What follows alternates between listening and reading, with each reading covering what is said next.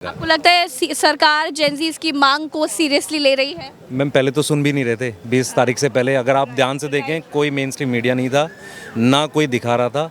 अब थोड़ा थोड़ा दिखाना शुरू किया है और पहली बार आप ये देखेंगे कि इंस्टाग्राम का एल्गोरिदम उन तक पहुंच रहा है, जो मैं देख पा रहा हूँ। जंतर मंतर पर स्टूडेंट्स को सपोर्ट करने के लिए तमाम टीचर्स आए, अभिनय मैथ्स फिजिक्स वाला और तमाम लोगों को हमने देखा। तरुण सर यहाँ पर है, कौन इनको नहीं जानता, हर कोई जानता है।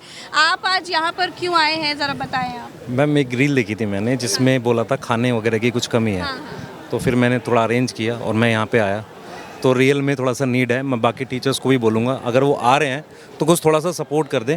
क्या होगा कि ये मतलब थोड़ा लंबा चलेगा, लड़ाई अभी लंबी है। आप चाहते हो कि ये लड़ाई, ये जो स्टूडेंट्स हैं वो लड़ते रहें, वो यहाँ पर धरना करते रहें?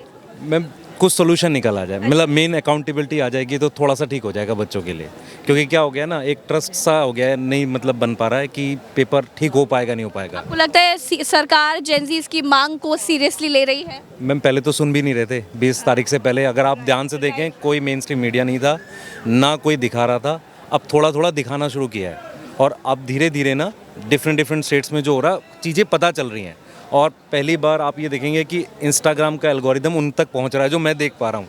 क्यों नहीं तो वो चीज़ हो नहीं रही थी। तो अब थोड़ा दिखने लगा है और आप रात में 2-1 बज रहा है, इतने सारे लोग हैं। मैंने इतने लोग मैं आजकल प्रधानमंत्री जी 12-12 बजे रील बना रहे हैं। कल भी बनाया था, आज थोड़ी देर पहले ये चेंज कैसे हो गया? बदले बदले से कैसे हो गए मोदी मैम जी? इतने सारे युवा हैं आप देखो, और इनमें से सब परेशान हैं, मतलब सब परेशान है। मतलब मेन अगर आप देखेंगे ये लोग मतलब अपनी फैमिली को सपोर्ट करते हैं। थोड़ा सा इनके लिए बेटर हो जाएगा ना तो होप आ जाएगी एक्चुअल में। चलिए, तो भाई ये स्टूडेंट्स हैं, जेनजीज हैं। भाई आपको बहुत चोट लगी है?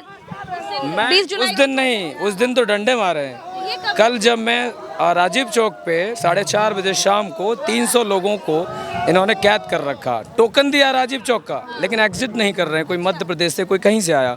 तो मुझे लगा कि मैं गांधी जी की बातें बहुत करता हूँ, तो क्या मैं हिम्मत जुटा सकता हूँ अपने देश के लोगों के लिए खड़े होने की। मैंने कोशिश की, मैंने पूछा इनको टोकन यहाँ का दिया है तो एग्जिट क्यों नहीं कर सकते। दिल्ली पुलिस वाले लोगों ने राक्षसी, जो उनका रूप है, राक्षस लोग बता हैं। दिया कि गांधीवादी लोगों के साथ क्या होता है। कोई बात नहीं, गांधी जी की जीत हो गई, गौड़सेवादियों की हार हो गई। अरे मान रहे हार हो गई, गौड़सेवादी हार गए। तभी हार गए। तभी तो 12 बजे हमारे देश के प्रधानमंत्री ने आज तक प्रेस कॉन्फ्रेंस तो नहीं की, लेकिन टेलीप्रॉम्प्टर लगा के पर्सनल कॉन्फ्रेंस कर दी। Personal conference. और क्या कह रहे हैं, और क्या कह रहे हैं मैम? कह रहे हैं माय डियर फ्रेंड। मुझे हाँ, माइक उनके मेरा निवेदन है उन सारे एजुकेशन के क्रांतिवीरों से जो अपने आप को शिक्षा का क्रांतिवीर कहते हैं। यहाँ खाने की सख्त कमी है, कम से कम बर्गर वगैरह तो भिजवाओ। लाखों रुपए का कोर्स भेजते हो, कुछ तो शर्म कर लो प्रभु। आज बच्चे शिक्षा के लिए धरने पे है, बड़े बड़े ज्ञान देते हो, कम से कम कुछ तो शर्म करो। आ जाते हो, इंटरव्यू दे देते हो। यहाँ बचपन यहाँ बच्चे भूख से तड़स रहे हैं, लाखों का करोड़ों का बिजनेस करते हो। एक मिनट, बस इतना ही मैं चलिए, तो भाई मैकडीज के बर्गर भेजने से अच्छा है रोटी शुद्ध भेज दें, वो ज्यादा अच्छा है। मैं उससे उड़ीसा पेट से भी आया खराब हूँ, संबलपुर से। अच्छा, आप उड़ीसा से आए हो? मैं उड़ीसा से आया हूँ, संबलपुर से। प्रधान जी के राज्य से धर्मेंद्र प्रधान जहाँ से सांसद है उस क्षेत्र से 1997 से तो क्या बोलना क्या चाहते हैं, जल्दी बोलिए। 1997 से जब वो छात्र राजनीति करते थे, मुक्कू भाई उनका निकनेम है। मैं तब से उनके साथ राजनीति करता था। मैं अंधभक्त था, मैं बीजेपी में था, मैंने बीजेपी छोड़ दी। क्यों छोड़ी है? ठीक तो था। धर्मेंद्र सुनिए, अंधभक्त जब भक्ति टूट जाए। बढ़िया एसी में बैठते, पिज्जा बर्गर खाते, राम नाम जपते, मजे की जिंदगी जीते। कहाँ फकीर वाली जिंदगी जीने आ गए बचपन छोड़ के? देखिए, अटल जी ने, जब मैं राजनीति में आया था, मैं अटल जी से प्रभावित हुआ था। उन्होंने एक बात कही थी कि जब पार्टी का नेतृत्व देश और युवाओं के बारे में चिंता करना छोड़कर व्यापारियों की चिंता करे, तो पार्टी से छोड़कर आप देश की चिंता कीजिए। राजनीति और पार्टी आएंगी जाएंगी, सरकार बनेंगी बिगड़ेंगी, लेकिन देश था, देश रहेगा, इसलिए देश को बचाना पड़ेगा। आज देश में 75% युवा हैं। मेरी एक मांग है मोदी जी से, उन्होंने 10 साल की मांग की है कि 10 साल की सजा होगी। 10 साल की सजा नहीं, हमको फांसी की सजा चाहिए। फांसी की सजा चाहिए। अगर आप में दम है तो दे के दिखाइए। और एक मांग, देश में मंत्री से लेके अधिकारी से लेके चपरासी तक के बच्चे सरकारी स्कूल में पढ़े, कल अध्यादेश लेके आइए। जब तक जब तक शिक्षा और स्वास्थ्य का व्यवसायीकरण होगा तब तक देश की जनता शोषण सहेगी। जिस इनकम टैक्स पेयर ने जिस एक बात बताइए, प्रधान जी के पास कौन सी घुट्टी पिए हैं भाई जो उनका इस्तीफा नहीं लिया जा रहा?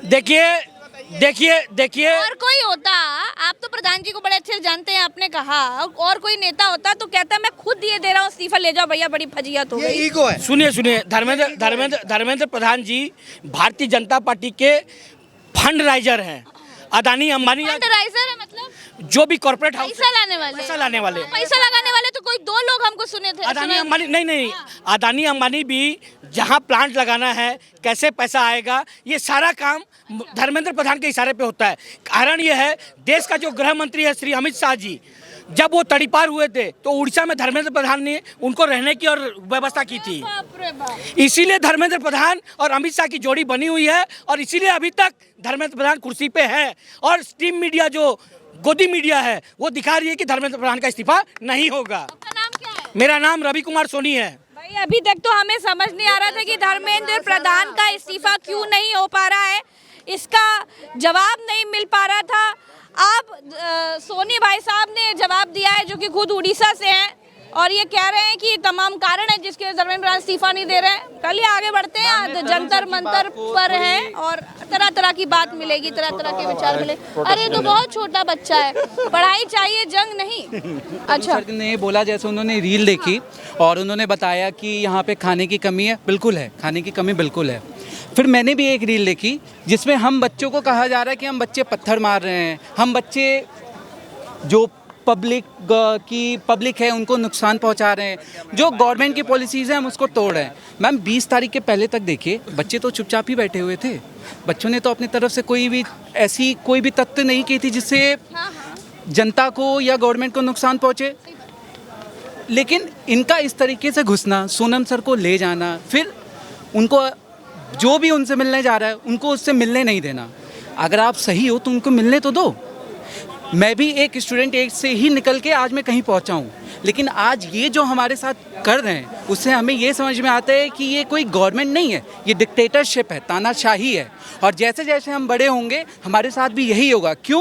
क्योंकि बड़े लोगों को ऊंचाई मिलेगी, छोटे लोग को ऐसे दबा के ख़त्म कर देंगे। चलिए एक छोटा सा बच्चा हमारे पास ये भी है। क्या नाम है बेटा आपका? अब्दुल्ला। अब्दुल्ला, क्या है आपके हाथ में? पढ़ाई चाहिए, जंग नहीं? हाँ बताओ क्या चाहिए आपको? अच्छी पढ़ाई। अच्छी पढ़ाई, जोर से जय बोलो जय हिंद। जय हिंद। बच्चे का हौसला बढ़ा दो। जय हिंद करो पर। जय हिंद। चलिए, तो हम यहाँ लोगों से बात कर रहे हैं और लोगों से बात करेंगे। आइए अनुज। धर्मेंद्र प्रधान जी का इस्तीफा हो गया तो अगला नंबर जो है मोदी जी का है, डायरेक्ट मोदी जी का नंबर है। भाई ये जेंजीज हैं, ये बहुत स्मार्ट हैं, आप जितना सोच रहे हो ना उससे भी कई गुना, कई हाथ आगे है ये। खैर, जंतर मंतर में आपको अभी रात का हाल दिखा रही हूँ। इस समय बज रहा है 12:29। सवा बज रहा है हाँ, मैडम। आगे बढ़ते हैं। सरकार से यही मांग करता हूँ, यहाँ पर इंटरनेट की सुविधा दी जाए और हमारे लिए कूलर भेजे जाए। इंटरनेट की और वैसे ही बने हैं। वोट नहीं, वोट कहाँ से लाए थे? वोट हमने दिया था, वोट हमने दिया था। उनको बताना चाहते हैं जंतर मंतर में कैसे धर्मेंद्र प्रधान का इस्तीफा होगा। लिख लेना मेरी बात को।